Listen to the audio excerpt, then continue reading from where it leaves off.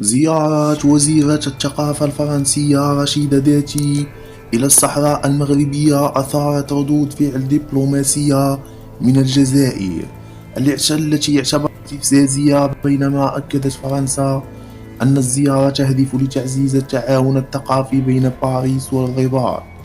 تشكل هذه الزيارة جزءا من دينامية دبلوماسية جديدة بين المغرب وفرنسا، حيث يعكسان رغبة في تعزيز الشراكة الثقافية والاقتصادية بين البلدين.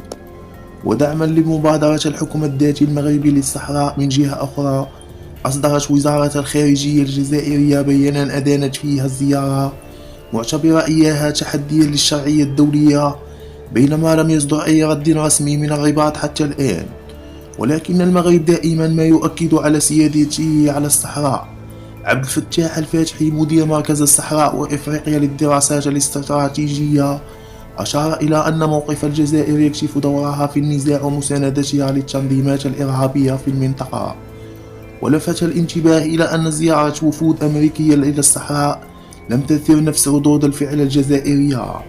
من جانبه، أكد محمد سالم ولدبي، باحث في تاريخ المنطقة المغاربية، أن الزيارة تأتي في سياق تعزيز العلاقات المغربية الفرنسية ودعما لمبادرة الحكم الذاتي، وتوضيحا لموقف فرنسا الأكثر وضوحا في دعم المغرب.